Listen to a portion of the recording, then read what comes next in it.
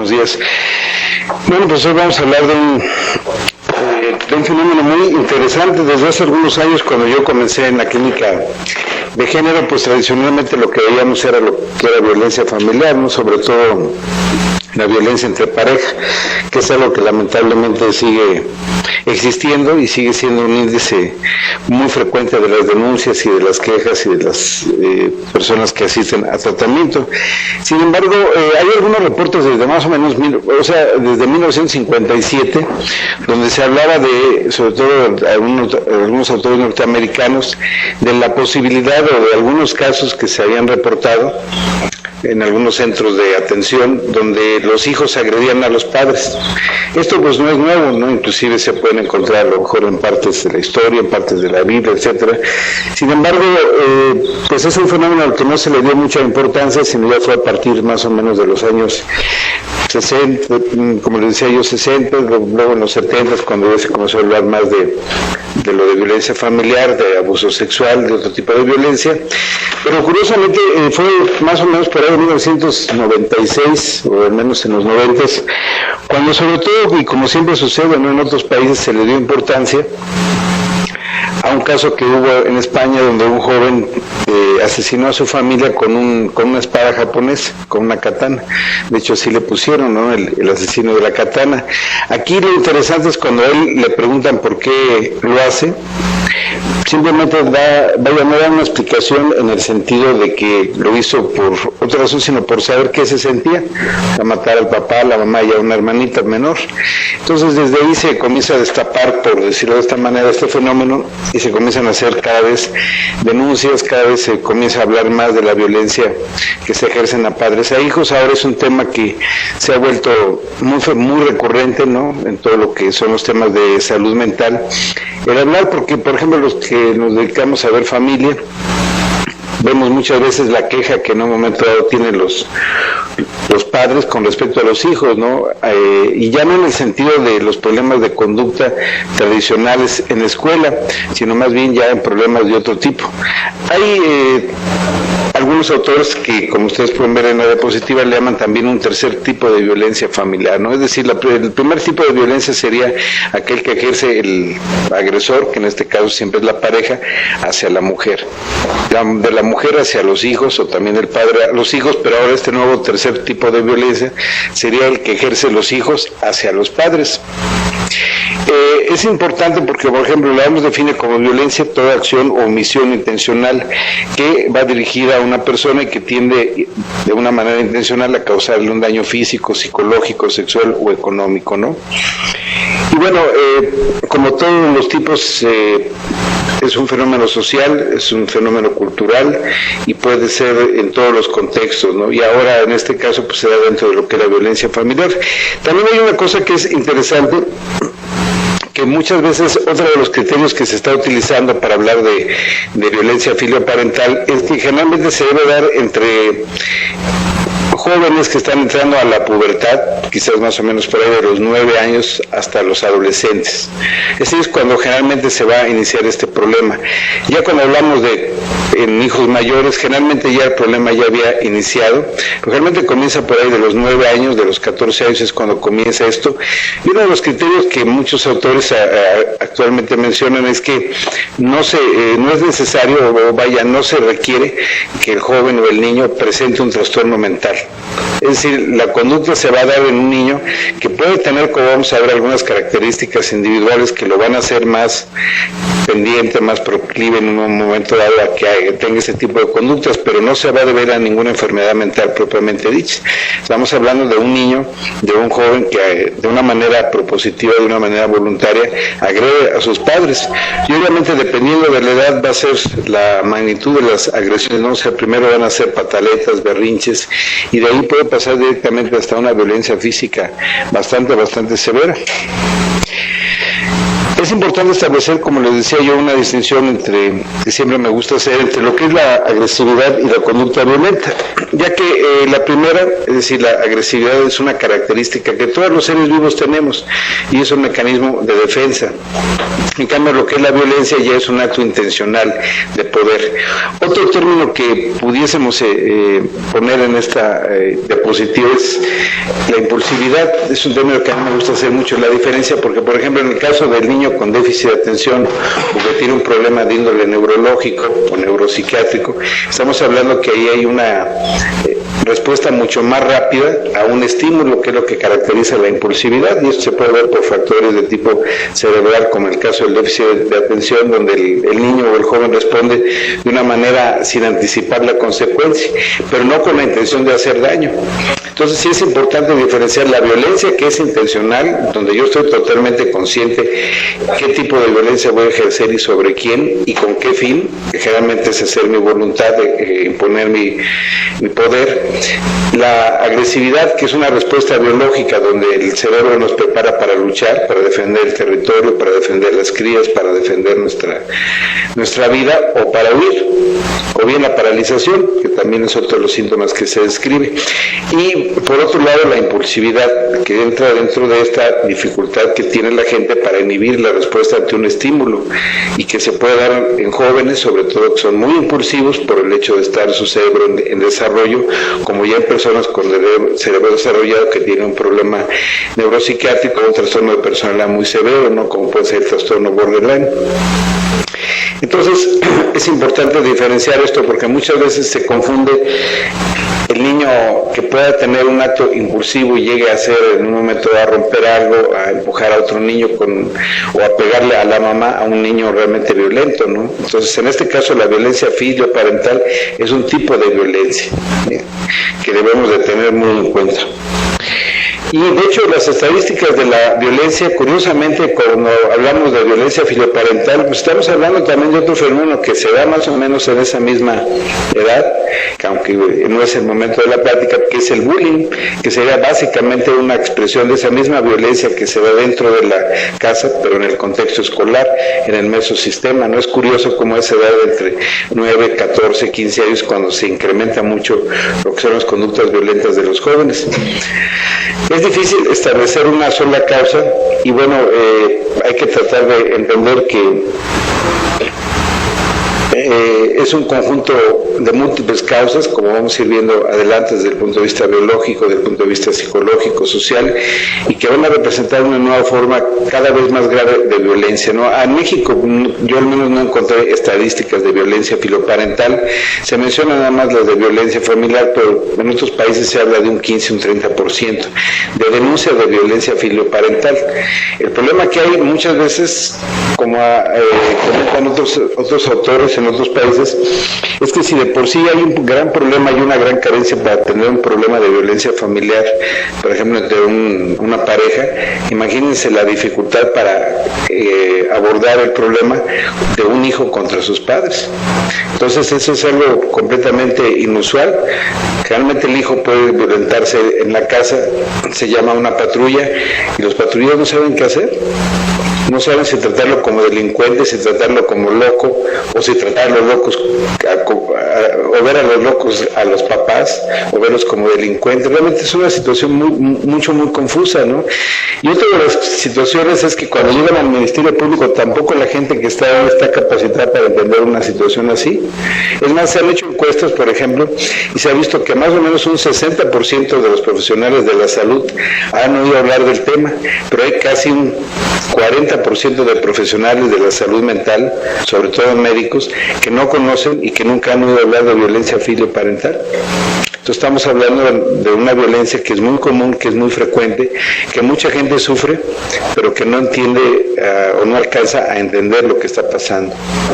Por otro lado, también hay situaciones complicadas, difíciles para una familia, ¿no?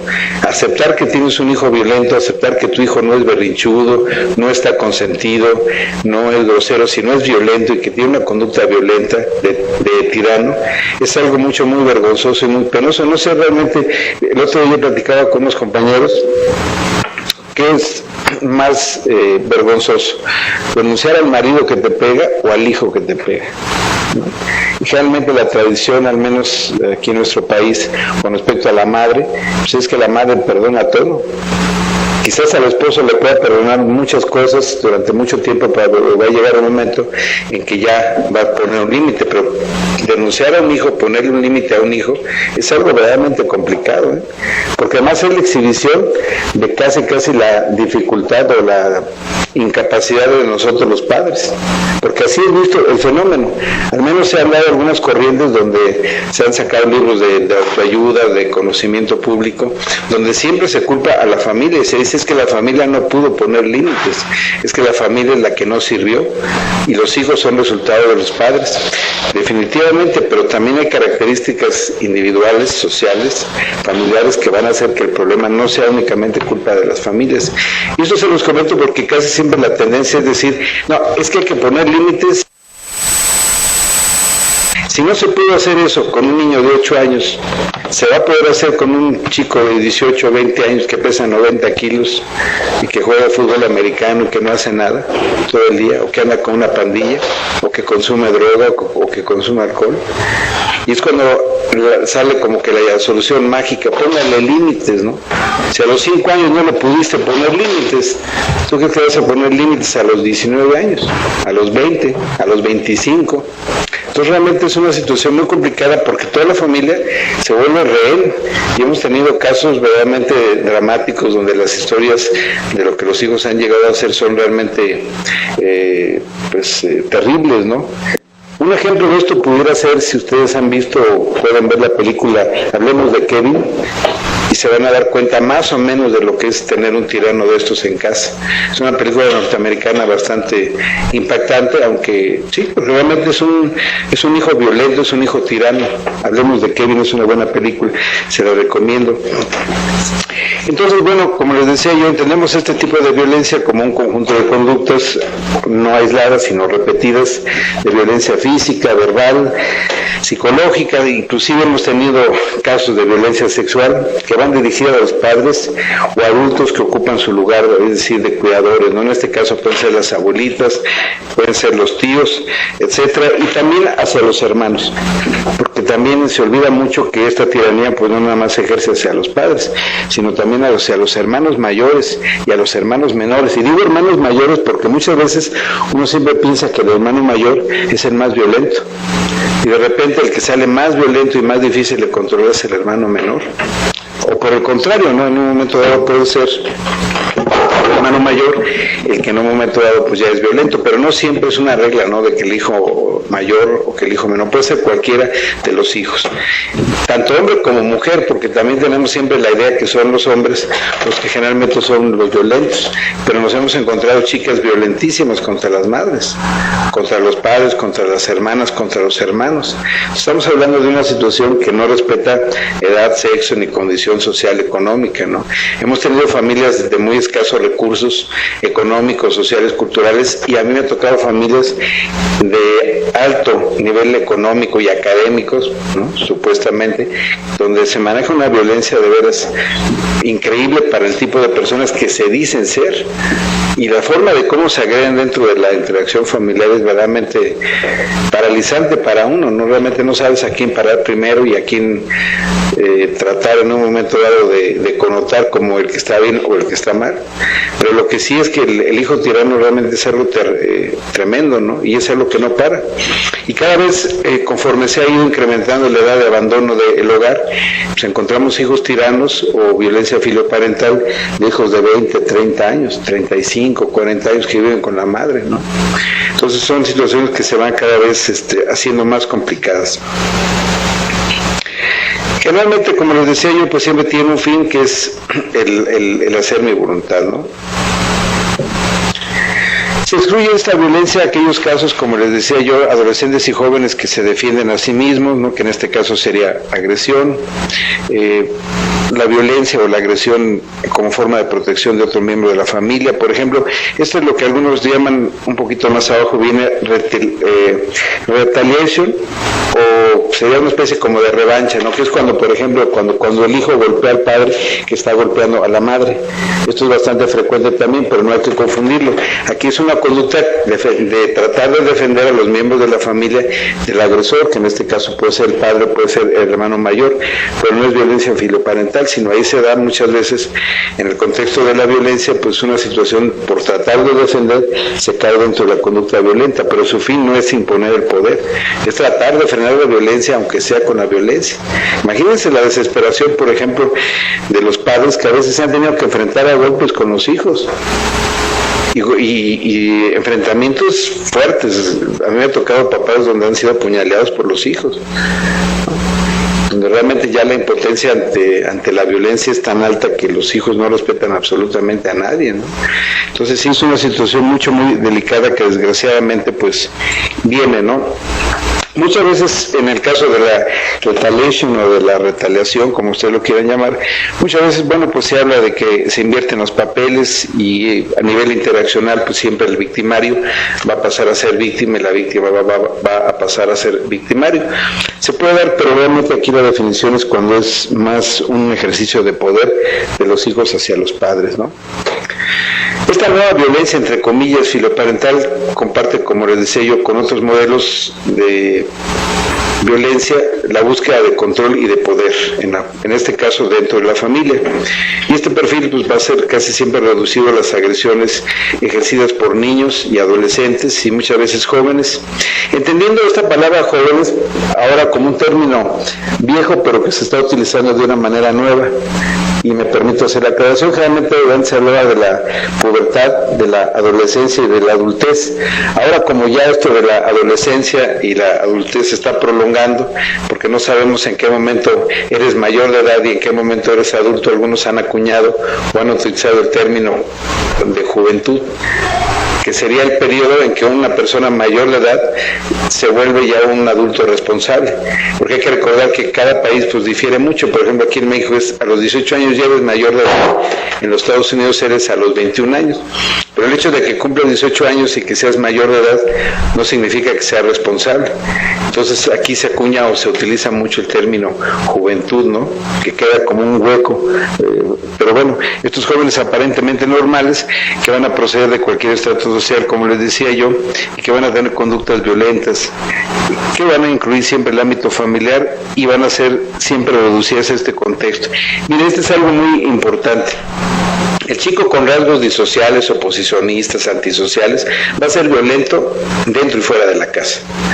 Desde chiquito, va a comenzar con torturas de animales, va a comenzar a ser pirómano, va a comenzar a hacer pintas de la escuela o fugas de la escuela, va a tener problemas escolares, va a tener peleas, pandillas, dentro, es decir, va a dar problemas dentro y fuera.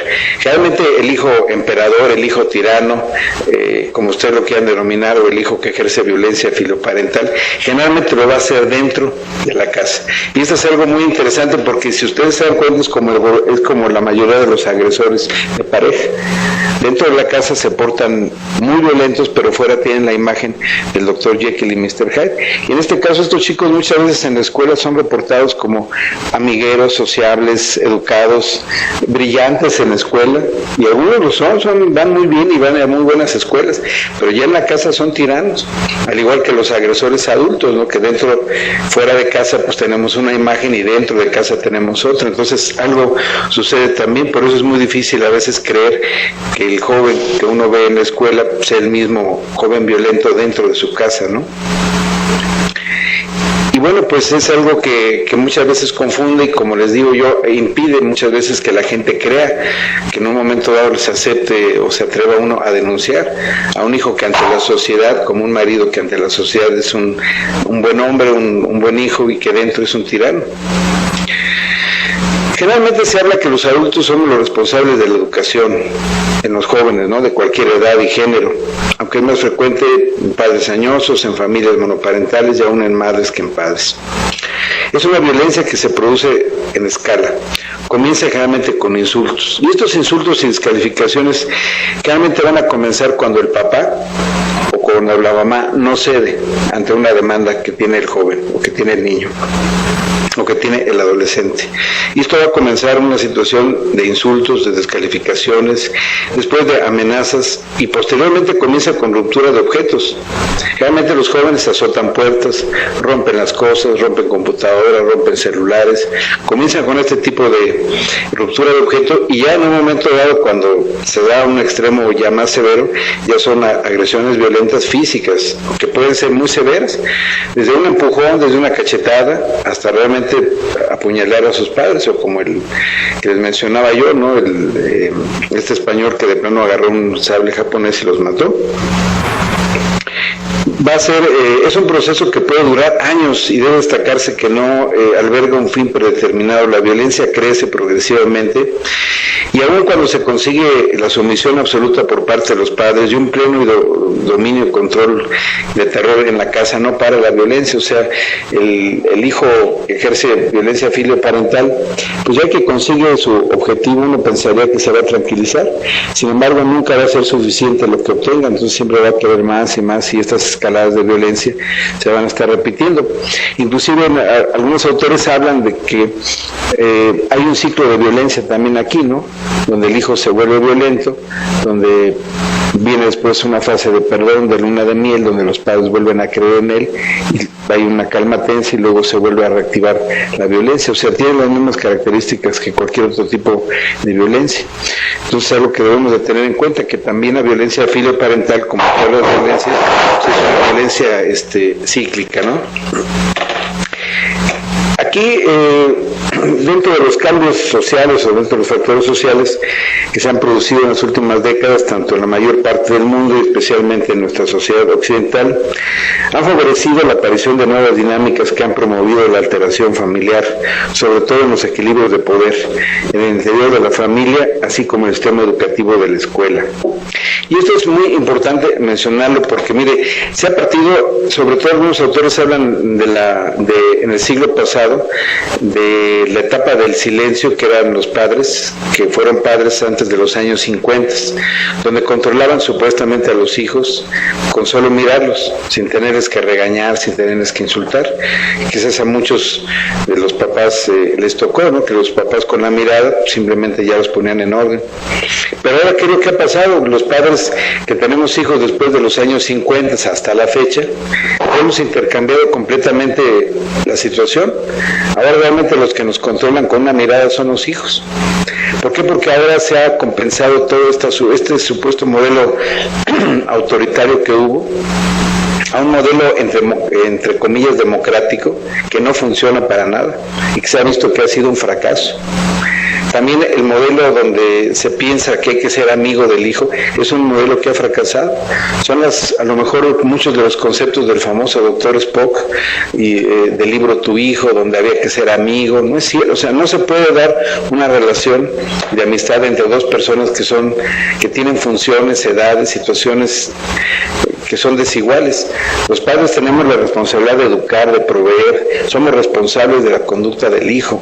La amistad se da entre iguales, entre pares. Es más, los amigos se escogen, los familiares ya nacemos o nos nacen de una determinada forma y de ahí tenemos que establecer una relación. Entonces, dentro de las dinámicas familiares, estas familias donde son supuestamente muy democráticas, donde se toma todo el mundo toma la decisión, son las que están provocando este tipo de hijos o de violencia filoparental. También en el otro extremo, ¿no? Las familias autoritarias donde hay un padre violento, dictatorial, también son provocadoras de hijos que van a ejercer violencia filoparental. Y obviamente hay familias donde de plano pues no hay jerarquía, ¿no? Donde las jerarquías están completamente difusas, donde están invertidas, donde todo el mundo se entremete, ¿no? Desde las generaciones de abuelos, con los padres, con los hijos. Y ese es un grave problema también, el cómo poner no nada más límites dentro del sistema familiar, ¿no? Con los hijos, sino también cómo poner límites al sistema familiar que nos antecedió. Es decir, cómo evitar que los abuelos, que ellos mismos se definen que no están para educar, sino para consentir, se metan a educar a los hijos.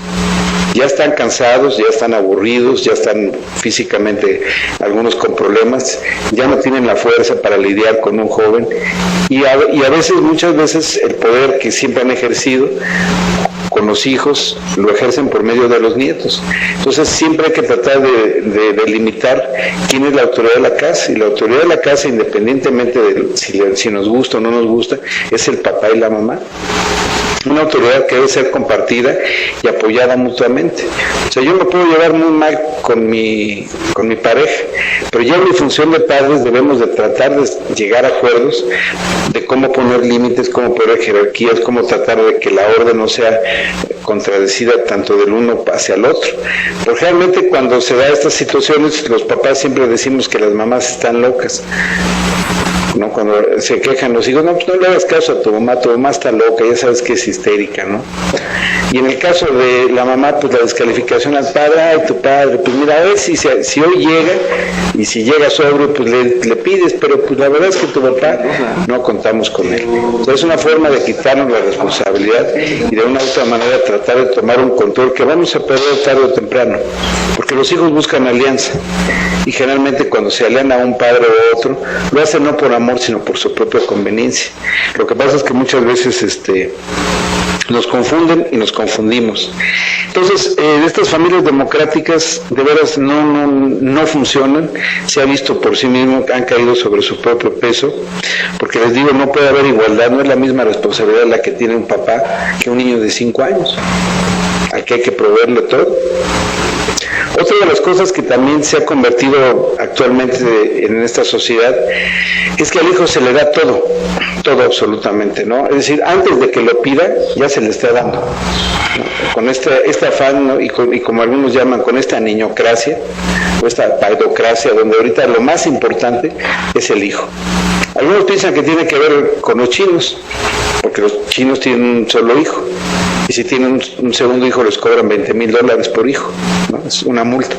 Entonces desde ahí pudo haber venido este nombre de hijo emperador, pero sí se ha visto que en estas sociedades el fin para lo cual vivimos los seres humanos es para tener hijos y para vivir para ellos. Entonces hacen una pregunta al azar y le preguntan a una mamá, a un papá, ¿qué es lo más importante en tu vida? Y la gran mayoría, en vez de responder de una manera sana a mi pareja, va a decir son mis hijos. Es más, el pretexto más sonado, el número uno por el cual supuestamente la mujer no abandona al padre golpeador es por sus hijos, ¿no? Muchos matrimonios se mantienen disfuncionalmente juntos por sus hijos, y esa es precisamente la carne de cañón y el terreno fértil para que emerja la violencia filoparental. Obviamente siendo responsables directamente por la sociedad y por los hijos, los padres, cuando realmente la responsabilidad interaccional es de todos. Entonces sí es importante, porque ahorita pues realmente uno de los grandes problemas es esto, ¿no? O sea, los hijos se vuelven tesoros, se vuelven los reyes de la casa. Mientras menos hijos tenemos, más los cuidamos. No se trata de no cuidarlos, pero una cosa es ser responsables, ser cuidadosos con los hijos, y otra cosa es ser sobreprotectores. Acuérdense que hay un dicho muy cierto: si quieres hacerle la vida difícil a tu hijo, dale todo fácil. Y en la medida en que nosotros le facilitamos la vida a nuestros hijos, se la vamos haciendo más difícil. ¿Por qué? Porque vamos construyendo tiranos que en el momento en que no se les cumple una necesidad, un capricho, estallan, hacen berrinches aunque tengan 30 años. Y esa es una situación verdaderamente grave. También algunos modelos familiares, en el caso de las familias monoparentales, ¿no? Y aquí es una situación donde no es que la madre no quiera poner autoridad, sino la madre, pues al ser una madre que tiene que hacer los dos roles, o un padre que tiene que hacer los dos roles, pues tiene que salir a trabajar y tiene que hacerse responsable de la casa. Generalmente no puede, y tiene que utilizar a algún otro miembro de la familia, generalmente a los abuelos. Y los abuelos muchas veces ya no tienen el carácter, la energía, la autoridad. Por otro lado, también otra de las familias que son muy tendientes a que haya violencia filoparental son las familias reconstruidas.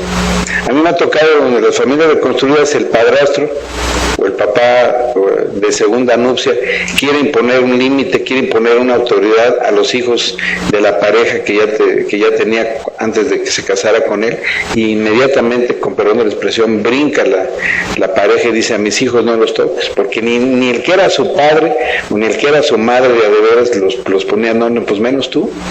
Y los hijos igual. La primera contestación con la que frenan al padrastro, a la madrastra, es: tú no eres mi padre ni eres mi madre, tú no me puedes corregir. Entonces desde ahí ya se armó una situación donde el hombre, independientemente si provee, ya no tiene autoridad, tiene que, como algunos autores o como algunos terapeutas dicen, convertirse en una especie como de amigo político, ¿no? O de un bulto también, ¿no? También, como un adorno. Entonces estar ahí al pendiente, que no se vayan a enojar los hijitos, porque si se enojan los hijos, pues se enoja la señora y corre el riesgo que haya un tercer rematrimonio, ¿no? Entonces sí es una situación, porque los modelos familiares, tanto los reconstruidos, los monoparentales, sin querer están fomentando esto. Otro de los cambios, bueno, dentro del ciclo vital, cada vez la etapa de salida pues se va haciendo cada vez más larga, ¿no? Anteriormente, pues, y sobre todo en algunos países, van a terapias de familia cuando los hijos no se van de la casa, cuando cumplen la mayoría de edad. Y aquí es al revés, aquí van a terapia cuando el hijo ya de 30 años, 40, quiere independizarse. Es que el niño ya se quiere ir de la casa. Yo hasta les pregunto: ¿cuál niño no vino? No, es el señor que está. Ah, caray, es que como me dijo el niño, sí, bueno, es que para mí es mi niño, es mi niña, aunque ya tenga 30 o 40 años. Sí, indudablemente, pues siguen siendo sus niños, ¿no?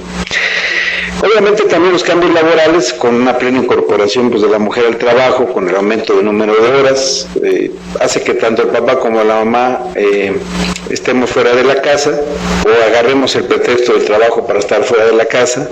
Ya lo dejo a su consideración. Y como dice el dicho, ¿no? Cuando no está el gato, hacen fiesta los ratones.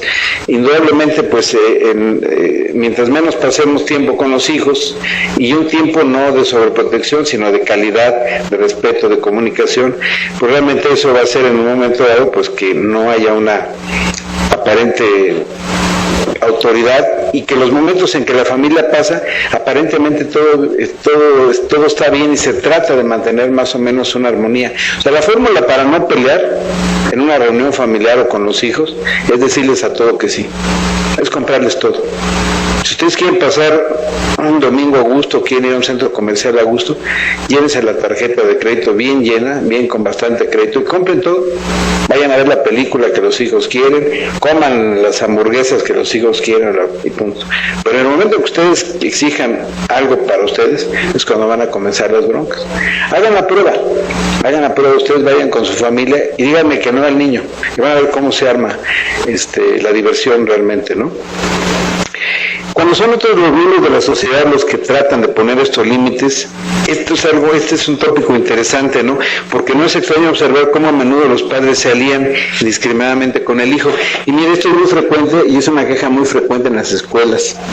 Generalmente, como el niño aparentemente se porta muy bien, o es un santo en la escuela y es un santo en la casa, aunque sea un tirano, cuando alguien le quiere poner un límite fuera de la casa, como puede ser un profesor, un tutor, inmediatamente la familia va y se queja. Demanda a la escuela, la avienta a derechos humanos. ¿Cómo es posible que estén maltratando, castigando, señalando a mi hijo, no? Y muchas veces los psiquiatras, psicólogos, terapeutas les ayudamos tremendamente. No, señor, eso es violencia, ¿cómo es posible? O sea, nos estamos olvidando que debe de haber un principio de autoridad, es decir, sí hay leyes físicas, químicas, porque no hay leyes de convivencia dentro de la sociedad, pero se creó el derecho. ¿Por qué no vamos a tener reglas, límites dentro de las casas, no? Pero aquella persona que osa intervenir, por ejemplo, a mí me ha tocado familias donde uno intenta tocar el tema o intenta sugerir algún cambio en la dinámica o algo, inmediatamente la familia ya no regresa. Dice, no, pues si no venimos a que nos regañen, ¿no? Yo no estoy regañando, estoy sugiriendo, no, pero es que no, a mi hijito no, usted no sabe, está igual que el maestro. Entonces son situaciones que hacen que muchas veces la misma familia no quiera poner, porque es aceptar de una u otra manera su aparentemente fallo ante la educación de los hijos, ¿no? Como les decía yo, otro de los cambios también es que tanto en las escuelas, sobre todo dentro de la casa, se ha ido hacia un modelo educativo donde todo se basa en la recompensa más que en la sanción. Sí, es decir, y la sanción no me refiero al golpe, sino a quitar el privilegio, como dicen los compañeros conductistas.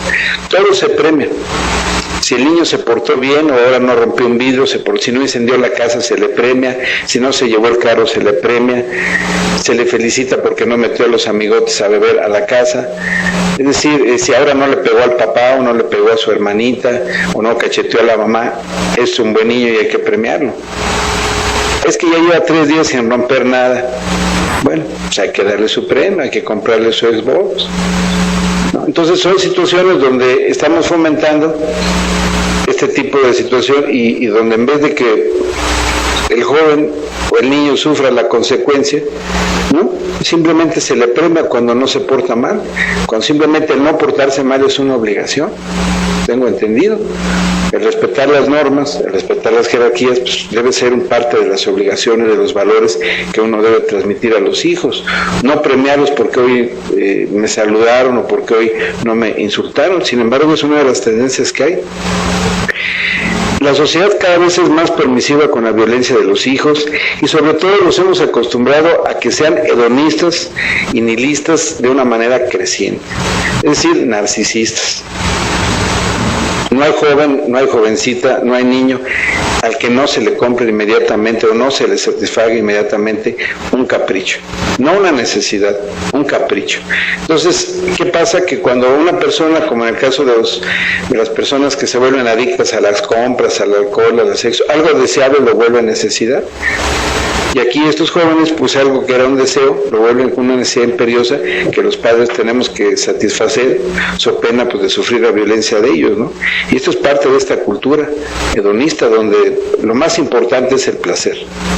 Es sentir rico, ir al antro, ir al cine, ir a ver inmediatamente la película que se estrenó del Hombre Araña, es consumir en un momento dado y comprarle al hijo todo lo que sea posible para que él esté contento.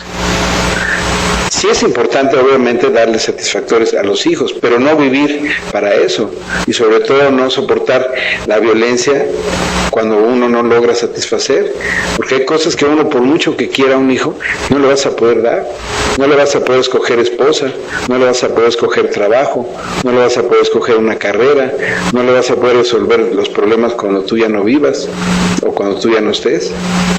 ¿Qué pasa? Que estos hijos pues obviamente cada vez tienen miedo, entonces se vuelven por un lado muy violentos, muy agresivos, pero por otro lado muy dependientes. Todo vínculo simbiótico es ambivalente. Por un lado hay mucho enojo de lo que se depende. Casi aunque hay algunos autores como Naori y otros que hablan que se agrede más a la madre que al padre. Y no tanto porque el padre sea hombre por la fuerza física, no, sino porque se pasa más tiempo con la mamá. Pues con la mamá hay una mayor convivencia y obviamente una mayor ambivalencia. Entonces nos encontramos con un modelo social que cada vez presta mayor importancia a la niñez y a la juventud y señala y hace una vanagloria muy grande como la mejor edad de la vida, que trata de prolongarse indefinidamente, ¿no? Y si no, México es el tercer país de cirugías plásticas en el mundo después de Estados Unidos y Brasil. Y esto obviamente es gente que a toda costa quiere conservar su imagen de juventud. Por ejemplo, hay señoras que quieren competir con sus hijas, que se visten igual que sus hijas. Son situaciones realmente donde no queremos aceptar pues, que la juventud es parte del ciclo vital y que los jóvenes tienen también otras responsabilidades, ¿no? Y nosotros ya conforme va avanzando nuestro ciclo vital, pues ya también tenemos otras responsabilidades. No podemos ser hippies geriátricos, ¿no? Ni abuelitas con minifalda. Tenemos realmente ya que comenzar a tener otra actitud ante nosotros mismos y ante los hijos. Como les decía yo, los estilos educativos dentro de la familia, el punitivo y estricto no funciona. El estilo violento tampoco. Lo ideal sería que hubiera un estilo estricto, pero no punitivo. Ese sería el ideal. Es decir, que hubiera la capacidad para poner límites con amor y amor con límites, pero sin llegar a la agresión. Y obviamente el estilo ni punitivo ni estricto, pues ese no sirve para nada, que es el democrático supuestamente, ¿no? Y obviamente, como les decía yo, los que se relacionan más, pues tiene que ver, como dice Gallagher, con el estilo violento y con el estilo ni punitivo ni violento.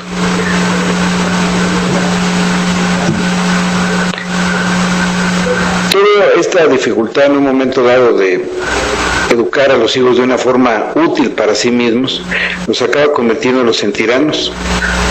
que a la vez de que son tiranos, como les decía yo, tienen una baja autoestima, son muy dependientes, tienen muy baja tolerancia a la frustración, son poco empáticos dentro de la casa, y eso lo notan los familiares, como que uno siempre se da uno cuenta que fulanito, el primo, el sobrino, tiene un carácter de mecha corta, como diríamos, y esta carencia de normas de autoridad, esta arbitrariedad, esta inmediata satisfacción de deseos, pues muchas veces se da una relación de fusión o de ambivalencia con el progenitor, en la que lo que va a hacer, pues va a ser la relación, el famoso ámame, aunque no me respetes, y anteriormente era respétame aunque no me quieras, ¿no?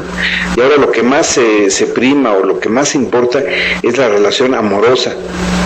Aunque no me respetes, pero hazme sentir que me quieres, que estoy funcionando, que valgo como padre. Y es un problema que muchos padres tenemos que revisar desde nuestra propia autoestima y desde cuándo la traemos, porque muchas de las cosas y de los estilos educacionales y de las formas de cómo nos llevamos dentro de la pareja y de la familia, sin caer en un modelo lineal, tienen que ver de lo aprendido en la infancia.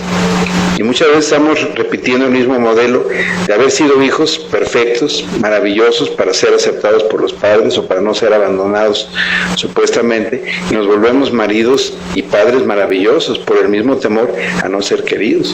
Y no somos asertivos, no hemos aprendido a enseñarle, ni nos enseñaron, y tenemos un gran miedo a una palabra que es no. Entonces nos volvemos permisivos ante todas las situaciones.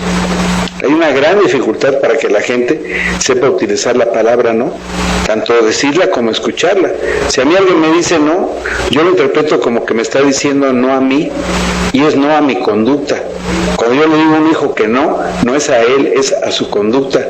Acuérdense que lo que se castiga es el pecado y no el pecador. Entonces estamos confundiendo un poquito esta situación. Hay que tratar de ser asertivos, pero en un momento dado podemos tratar de que estas conductas no se vuelvan en situaciones ya incontrolables.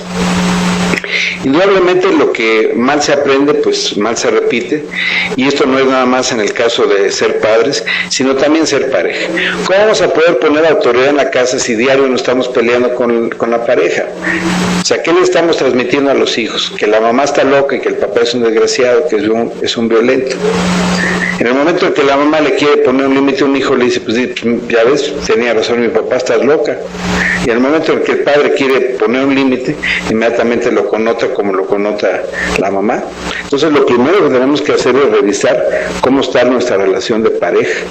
Si ya nos divorciamos, hay que acordarnos que el vínculo de padres va a ser para toda la vida. Y es muy triste escuchar mujeres que llegan a la terapia hablar pestes del papá de sus hijos. Vaya, algunos hasta de gays los connotan. No porque sea malo ser gay, sino lo hacen de una manera peyorativa, y se olvidan que están hablando del papá de sus hijos, o el señor que llega a decir que la señora casi es una prostituta cuando está hablando de la madre. O sea, si yo tengo ese concepto de mi pareja o de mi expareja, pues ¿cómo voy a poder llegar a acuerdos para ponerle límites? Entonces lo que primero tratamos de hacer pues, es hablar con la pareja, ya sea que esté viviendo bajo el mismo techo o no, y tratar que lleguen a acuerdos como padres, no como pareja. Es más, ya no nos interesa que se arreglen como pareja, sino que simplemente logren acuerdos como padres, por el bien de los hijos y por el bien también de ellos, sobre todo de quien está con la responsabilidad de la familia, porque muchas veces el que se sale es el malo, pero es el que se quita toda la responsabilidad, y el que se queda es el mártir, pero es el que tiene que aguantar a todos los hijos, y es una carga bastante pesada. Entonces sí hay que reflexionar un poquito qué estilo estamos haciendo, ¿no? Si es otro estilo negligente ausente, ¿no? Ahí de plano los padres abandonamos nuestro rol y se lo dejamos al otro. El famoso, ve y pregúntale a tu papá, o si quieres un permiso, ve y dile a tu mamá, ya sabes que es la que manda en la casa. O el chiste que uno tiene aquí en México de que los hombres siempre decimos la última palabra, sí, mi vida, lo que tú digas, que en este humor muy mexicano, muy latino, da mucha risa, pero en la práctica es una vergüenza y es una tristeza, ¿no? Que los hombres no sepamos decir que no de una manera asertiva, sin violencia, y que la mamá no diga de una manera seria que te dé el permiso tu papá, yo estoy de acuerdo con él. Siempre tiene que haber esta jiribilla y este doble mensaje de como que vele a pedir y él hace como que te lo da, pero en realidad la que te lo voy a dar soy yo. Y en realidad te lo voy a dar yo para que tú lo desobedezcas, porque ese es como que el lenguaje, el doble mensaje, ¿no? Medio psicótico, ¿no? Pregúntale a tu papá para que yo decida y tú al final de cuentas hagas lo que quieras. Porque eso es lo que sucede, ¿no? Y luego, ¿quién es el culpable? El papá que dio el permiso, o la mamá que lo autorizó, o el hijo que no lo respetó. Entonces son situaciones de veras muy difíciles, ¿no? Y bueno, tenemos que tomar en cuenta también algunos otros factores individuales, que bueno, pues en todo ámbito médico, psiquiátrico, pedopsiquiátrico, pues también se tiene que tomar en cuenta. Sobre todo, aunque ya sabemos que el ser humano pues son características sociales, psicológicas, también no hay que olvidar pues algunos aspectos orgánicos o biológicos que pueden influir. Y algunos autores como Homer del 2007 habla que se han señalado características de personalidad que aparecen con mayor frecuencia entre los agresores, como son la baja autoestima, egocentrismo, impulsividad o disminución de la capacidad empática. Fíjense, si ustedes se dan cuenta, no está hablando de un trastorno de personalidad, sino de características. Y la primera que menciona, que es común en toda persona violenta, es la baja autoestima. Toda persona que actuamos de una manera violenta, fuera o dentro de casa, el primer rasgo que estamos escondiendo es la baja autoestima. Obviamente algunos pueden ser impulsivos, algunos tienen baja la capacidad empática o el callo emocional, en el caso de los antisociales.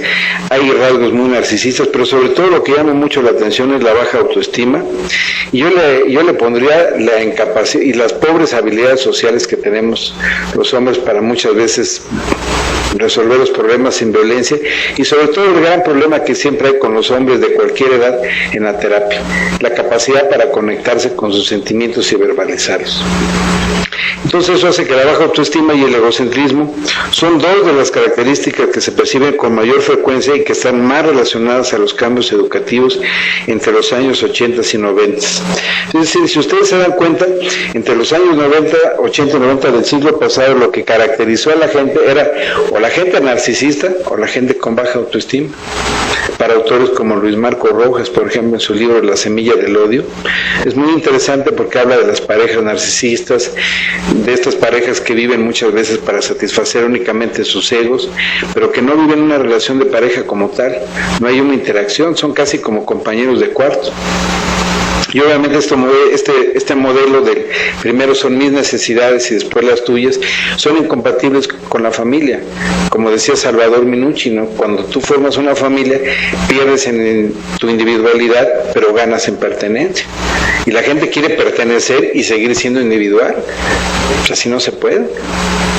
Entonces, sí hay que aceptar que en el momento en que estás con una pareja, y el que estás en un sistema, ya no eres un individuo, eres parte de un sistema, perteneces, que hay características individuales, sí, pero que no puedes desprenderte y que no puedes dejar de influenciar a todos los del sistema, pues es una regla sistémica, ¿no? Entonces mucha gente quiere vivir perteneciendo, pero a la vez siendo individual. Como quien dice, quieres jugar con el equipo y jugar tú solo, pues no se puede. Entonces esto es digamos uno de los lastres del siglo pasado, sobre todo en los años 80 y 90, y que bueno, pues esto se ha ido haciendo cada vez, ¿no? Que en un momento dado pues se vaya transmitiendo a las nuevas generaciones. Nos hemos acostumbrado y hemos acostumbrado a los hijos que mientras más fáciles se pongan las condiciones y menos esfuerzo tengan que hacer para enfrentarse a la vida, pues en vez de mejorar su autoestima y sus capacidades, estamos haciendo todo lo contrario, ¿no?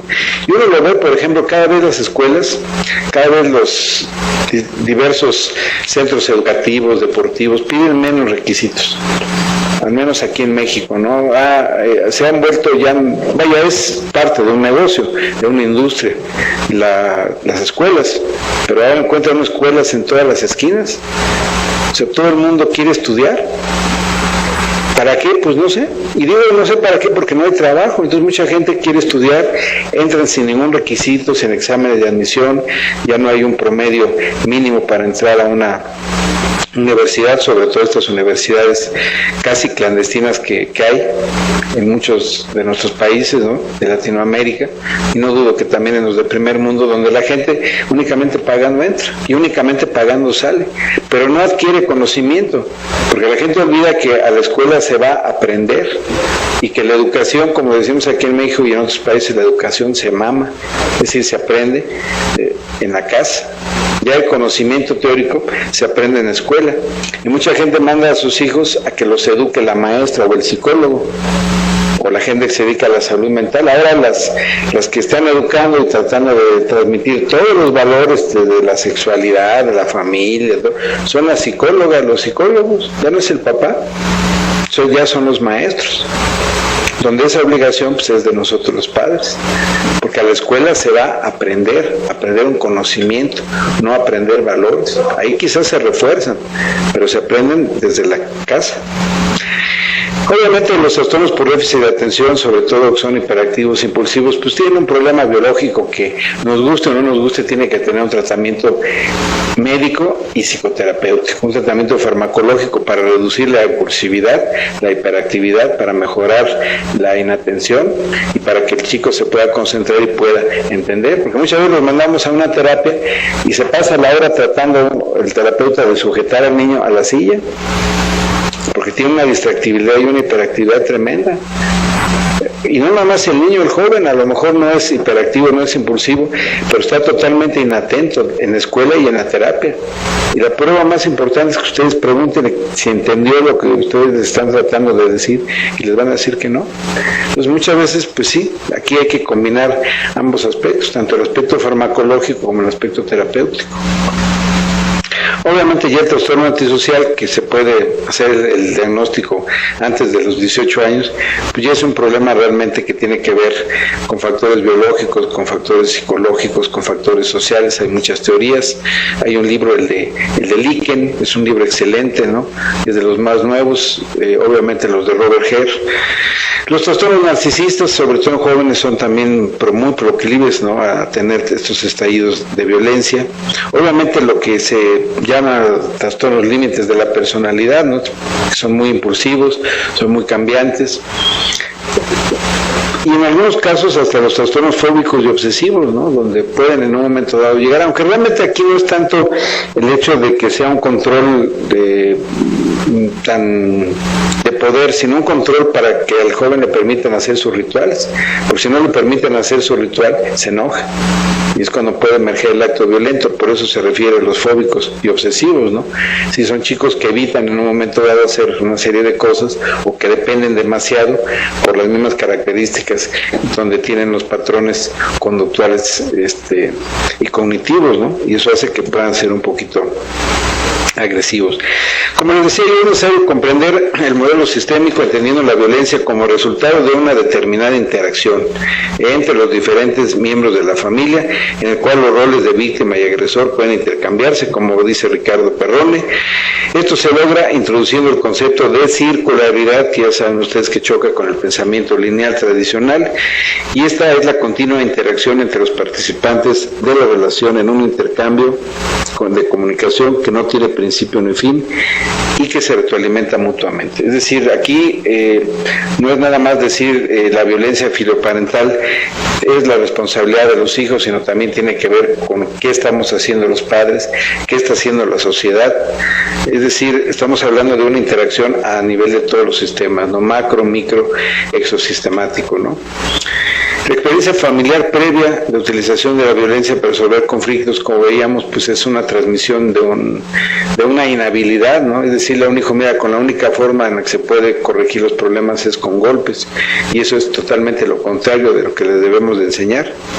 Los padres excesivamente permisivos, demócratas, que yo diría más bien indolentes, abúlicos, o que no tienen el carácter suficiente para ponerle un límite a la esposa o al hijo, también son los que van a proliferar dentro de estas familias. Y no nada más los padres excesivamente blandos, permisivos, sino también los padres insatisfechos.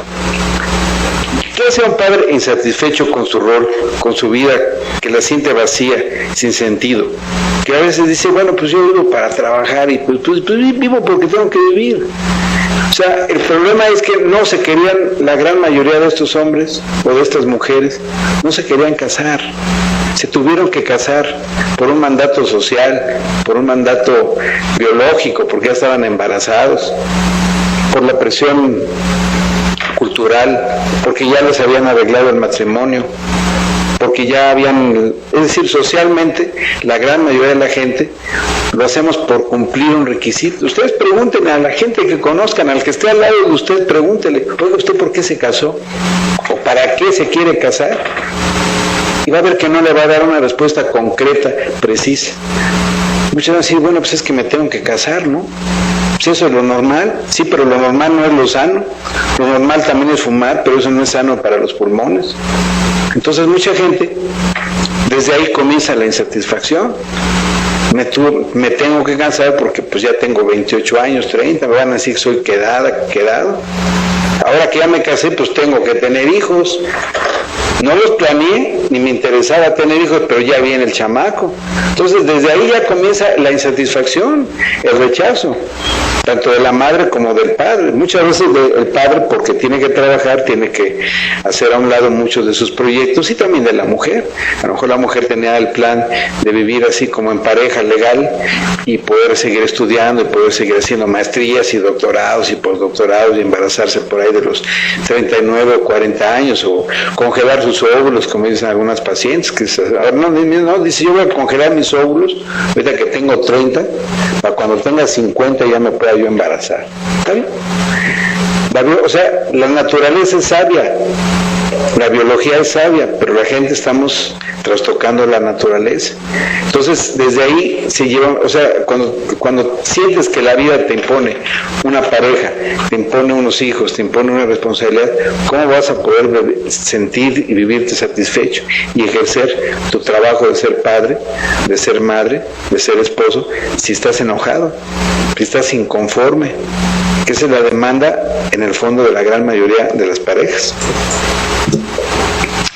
Y bueno, padres que se mantienen, como les decía yo, muchas veces en una relación conflictiva y que desvían el conflicto hacia el hijo. También hay que tomar en cuenta que algunos de estos hijos tiranos no son tan tiranos, sino son víctimas de la triangulación del conflicto, porque un hijo enfermo sistémicamente tiene muchas ventajas, porque desvía toda la problemática.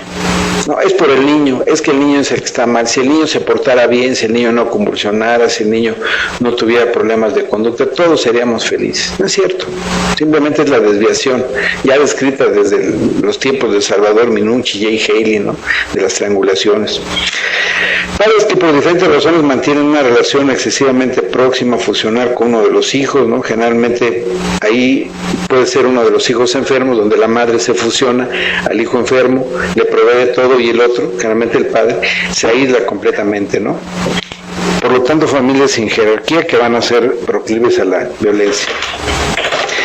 Y bueno, pues básicamente puede haber diversas reacciones, lo que llamamos reacción dura o escalada simétrica, complementaria, mezclada.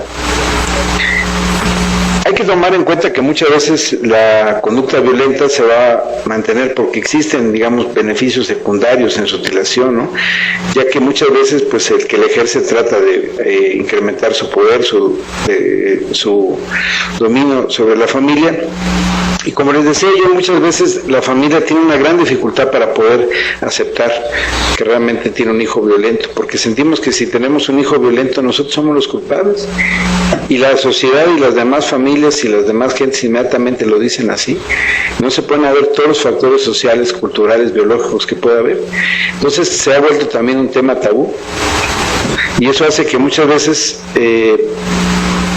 independientemente que esto se va cronificando, se va haciendo la violencia cada vez más fuerte. Cuando tú vas a un sistema de salud, ya no se diga un sistema judicial, no existe la capacidad para intervenir. ¿Por qué? Porque al menos aquí si tú vas a un ministerio público, aquí te dan a elegir dos cosas. Dicen, mire, vaya al Centro de Apoyo de la Violencia Intrafamiliar, que llamamos CAVI, que solamente existe en el DF, que es uno de los 32 estados de todo México.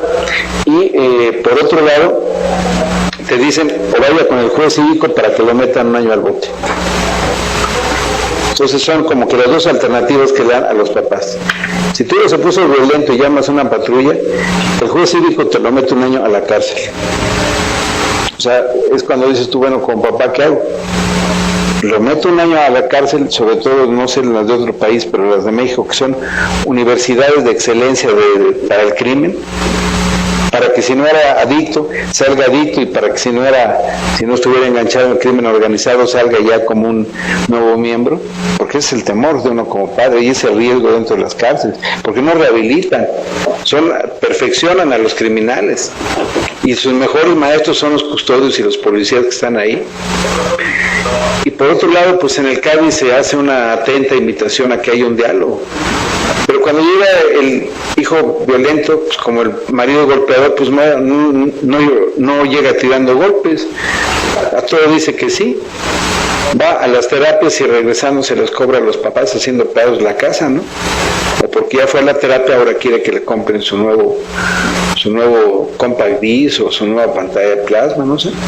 Entonces son situaciones sociales donde estamos realmente incapacitados, donde ustedes me dicen, oye, ¿usted cómo aborda una familia donde hay violencia filoparental? Lo ideal sería que hubiera primero un sistema legal que tuviera la sensibilidad y la capacidad para entender que esta es una condición donde puede haber una transgresión de la ley, pero que no es propiamente un delito, a menos que haya lesiones graves, severas, ¿no? Sí, porque una cosa es la violencia filoparental como interacción y otra cosa es que tú le claves una puñalada a un papá. Ahí es intento de homicidio. Entonces hay que diferenciar las conductas. Es como, por ejemplo, un papá me dice, oiga, mi hijo tiene un síndrome de Asperger y le hacen bullying. Sí, le hacen bullying no por el Asperger lo hace vulnerable, pero le hacen bullying porque es una violencia social. Hay factores que a él lo hacen más vulnerable, o a un chico con déficit de atención, o a un chico con obesidad, así también dentro de las familias. Entonces sí debemos de ser muy cuidadosos cuando evaluemos estas familias, hasta dónde se trata de un problema interaccional, social, y hasta dónde ya se está transgrediendo la ley, porque también, por muy hijo, por muy hija que sea, pues no vamos a permitir que mate a un hermano, que lo asfixie o que hiera a un padre. Ahí sí se tiene que implementar y se tiene que ir a la cárcel aunque se vuelva peor, y se tiene que salir del sistema. Es más, algunos autores sugieren que lo primero es frenar la violencia, hacer un pacto de violencia con los hijos, firmado, y si es posible por una autoridad que esté supervisando, ¿no? Una trabajadora social, etcétera, como hacen en otros países, que sí van a las casas y que están de una u otra manera supervisando que estos acuerdos se cumplan. Entonces sí, es realmente una situación muy complicada, desafortunadamente, y bueno, pues va a haber efectos físicos y psicológicos a nivel de los padres, ¿no? Se van a deprimir, va a haber síntomas físicos, va a haber problemas de todo tipo, económicos, sociales, laborales, es decir, va a haber una repercusión muy grande, y aún mismo en el agresor, porque va a estar en un ciclo de violencia y también en etapa de culpa, pues el joven puede, de una manera impulsiva, hacerse daño, ya que ve lo que le hizo al papá, ya que ve lo que le hizo a la mamá. Es muy fácil, con esta impulsividad que tienen, que salgan, que tomen, que choquen, que puedan tener o intentar cometer suicidio. Entonces sí debemos estar atentos a todo esto. Concluyendo, un conflicto conyugal actual o pasado que genera un importante déficit educativo con afección o afectación especialmente en el área jerárquica a la imposición de normas y su mantenimiento. El conflicto conyugal incluye una triangulación que puede iniciar una alianza con uno de los hijos y los progenitores, va a desarrollar entonces una relación muy cercana, fusional entre el hijo y el padre, que se va a asociar con frecuencia a una fase del ciclo de la vida familiar. La violencia va a aparecer inicialmente como un intento primitivo por parte del hijo de alejarse de esta relación tan cercana, pero pronto se percibe el beneficio secundario que se obtiene de la conducta. Si muchos hijos muchas veces al principio fueron hijos muy sobreprotegidos, muy fusionados por la madre o por el padre, y después viene una etapa donde tratan de separarse. En la medida que se tratan de separar, se dan cuenta que una de las formas más eficaces es la violencia, que además también les va a dar poder. Y esto hay que tratar en un momento dado de que el cambio sea un cambio más evolutivo, que la familia entienda realmente y interiorice una serie de normas y de conductas nuevas. Si lo que llamamos repertorio o conductas de tipo 1 son aquellas que reducen la frecuencia de aparición del síntoma, pero las que realmente nos interesan es la evolución, el cambio realmente de solución ya más profunda, de creencia, que tiene que ver con lo que llamamos solución tipo 2, que ya son tecnicismos más de la terapia familiar. Pues no sé si es parte de lo que yo les quería presentar. Cada vez hay más material, lamentablemente, cada vez hay más autores, cada vez hay más abordajes terapéuticos. Es un problema complicado que no se puede quitar en un momento dado únicamente con un fármaco. Desafortunadamente se tienen que hacer intervenciones individuales. La gran mayoría de las críticas a los modelos de intervención es que muchas veces se hace la intervención de forma aislada.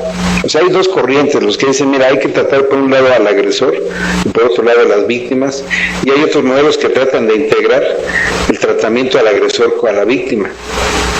Pero obviamente llevan mucho riesgo porque tiene que haber un pacto de violencia. Yo personalmente creo que hay que combinar los dos, pero en diferentes momentos. Primero trabajar con el agresor y su violencia, y con las víctimas y su carácter de víctimas, y posteriormente tratar de intentar una intervención o una sesión familiar para tratar de reestructurar la familia si se puede, porque no podemos esperar a que el señor o el joven se cure y tenerlo dentro de la familia y que siga golpeando. Entonces sí hay que realmente tratar de combinar las dos intervenciones, ¿no? Tanto individual, en el caso de los agresores jóvenes, como la orientación familiar, y en un segundo momento tratar ya de hacer la integración tanto del agresor como de la familia. Pues no sé si... Sí. ¿Me puedes ver? Okay. Bueno, gracias a todos. Vamos a ser muy breves con las preguntas. Adelante por Webex y por videoconferencia. Si nos están escuchando, pueden prender su micrófono al doctor Wally. Muchas gracias. Si alguien aquí en el público tiene alguna pregunta, también la puede realizar.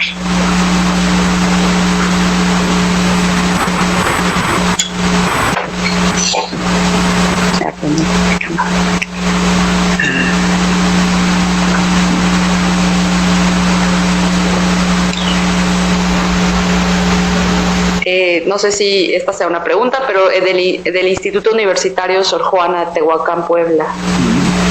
¿Hay algún programa oficial de intervención en torno a la modificación y dónde acudir como profesionistas para asesoría?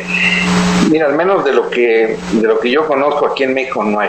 Hay cursos indudablemente de diplomados sobre lo que es violencia intrafamiliar, pero la gran mayoría se enfoca a la violencia de pareja. Pero realmente hablar sobre violencia filoparental, así un curso, un programa que yo haya encontrado al menos en lo que revisé aquí en México, ¿no? Puedes descargar algunos, sobre todo programas españoles.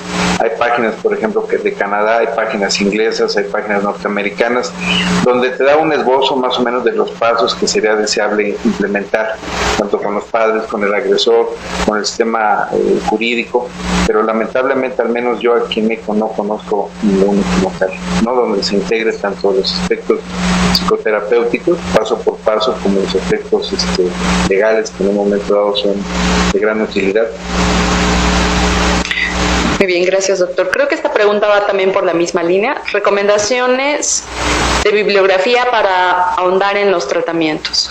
Pues aquí depende de la corriente que se tenga. Por ejemplo, hay un libro muy útil, el de Mark Seligman, sobre adolescentes, ¿no? Seligman, de Gedisa, es bastante bueno, está en español. Hay varios libros que tienen un enfoque un poquito más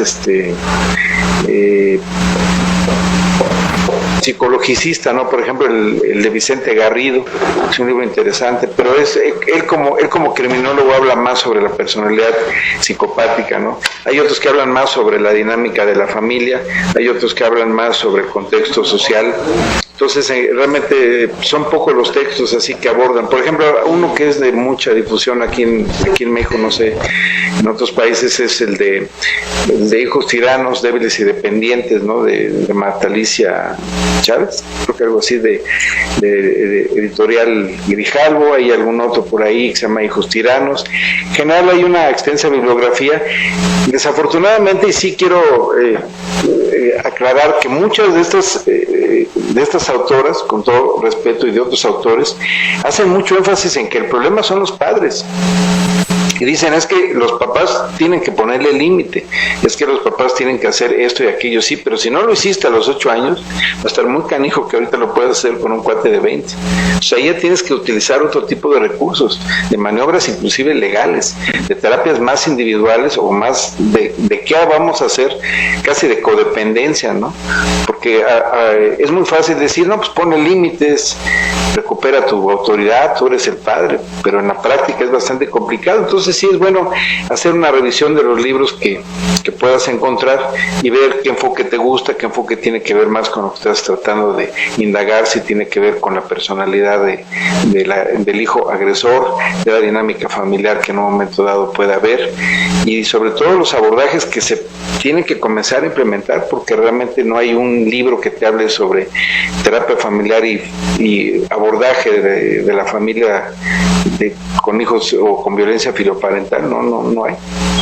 Por si alguien nos quiere escribir, pues luego me lo manda o me dice dónde comprarlo, porque si no hay, tienes que integrar y muchas veces innovar, y sobre todo, ¿no?, en la mayoría de las terapias, ¿no?, pues te basas en un modelo, pero pues tú tienes que ser el artista que vaya creando una forma de intervención, sobre todo adecuada a cada familia, porque cada caso va a ser diferente, no va a ser lo mismo un chamaco de 9 años con déficit de atención a uno de 18.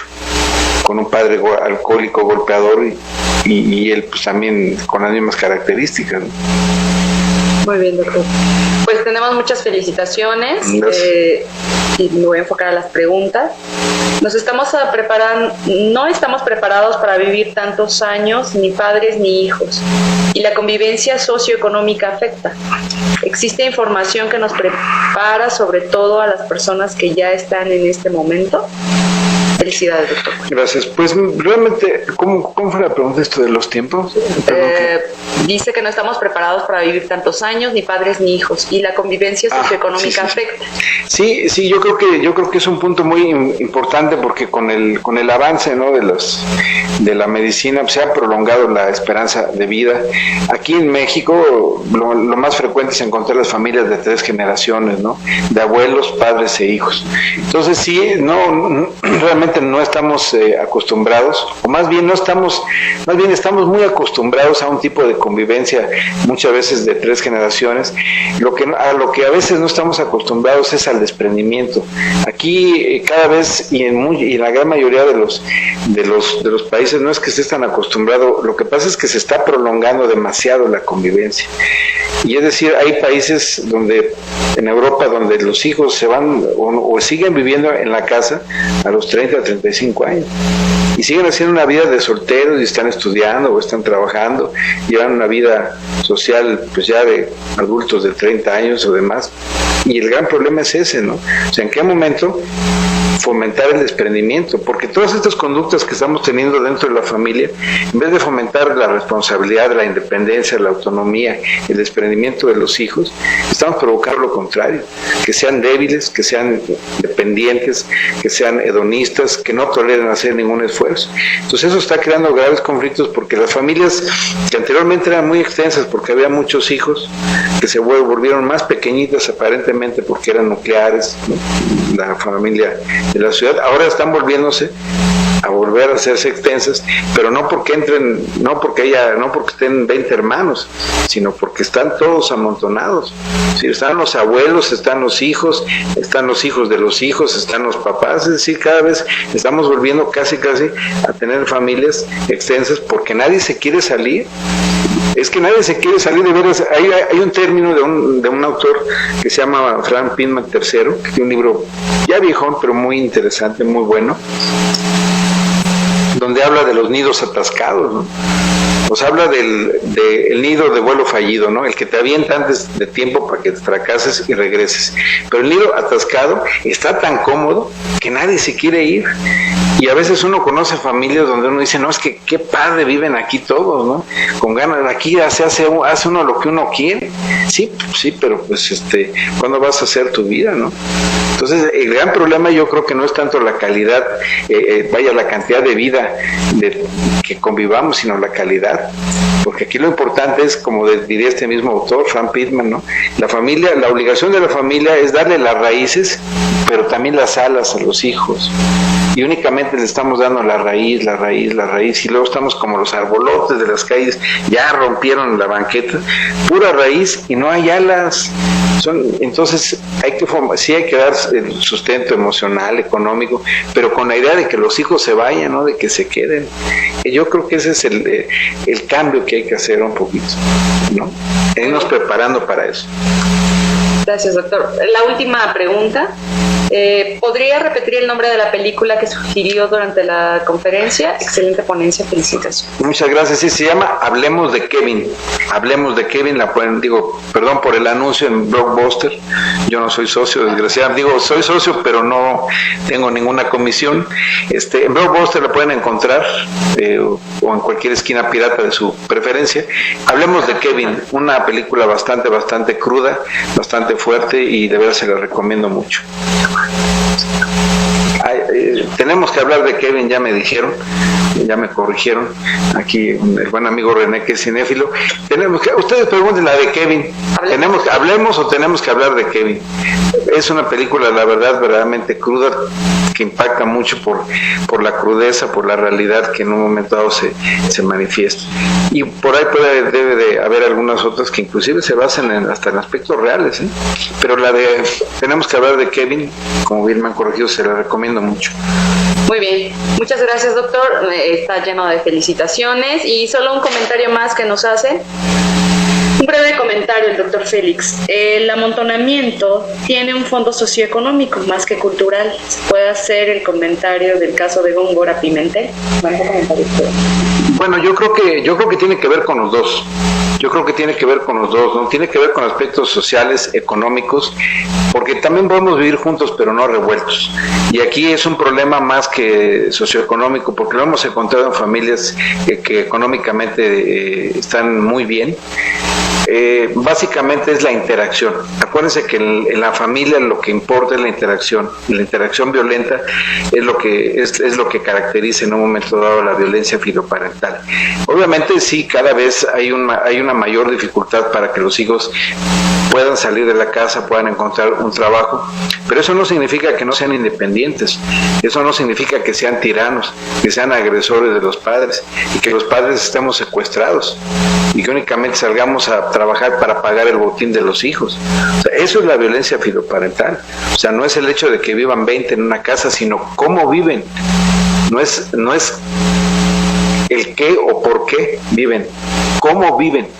Y la violencia filoparental no es qué la produce o por qué viven, por si son pobres, porque son ricos, no, cómo viven, no, ese es el tema siempre de la interacción y es lo que hay que trabajar. De Góngora Pimentel no, eso sí no me lo supe. Es que como hay tantos aquí en la política y se puede hacer el comentario del caso Góngora Pimentel. Pues, es el que el ex senador que metió a su esposa a la cárcel porque ella solicitó pensión y ella metió. No fue Peña Nieto, porque también hay un video por ahí. No es cierto. No, mire, lo que pasa es que ahí ya no estamos hablando de o sea, la violencia filoparental es de los hijos a los padres, ¿no? Es de hijos a padres, ya independientemente de las demandas que pueda haber por situaciones de pareja, que ya sería hablar de divorcio difícil y todo. Aquí simplemente pudiésemos recordar algún caso por ahí de los 80s, principios, donde hubo un chico que mató a sus abuelos a machetazos, y quizás algún otro, pero realmente de violencia filoparental sí es muy característico, ¿no? Aquí es la violencia de los hijos hacia los padres o a sus cuidadores, no tiene relación con la situación ya conyugal, con las pensiones, no. Simplemente es un tema de poder de hijos hacia los padres. Si el hijo hubiera metido a los padres, pues ahí sí sería interesante ver, ¿no? O si los padres hubieran metido a los hijos, o también un término que por ahí anda, que a veces hemos escuchado, el síndrome de alienación parental, cuando se une un hijo con un padre para meter al otro padre a la cárcel, que algunos dudan que exista y es un tecnicismo jurídico. Ahí sí pudiese ser, no sé si en este caso se dio algo así, ¿no? Donde el hijo se haya aliado, se haya puesto a favor de la persona para meter a la cárcel a la otra. Ahí sería más bien alienación parental más que violencia filoparental, desde mi punto de vista. Muy bien.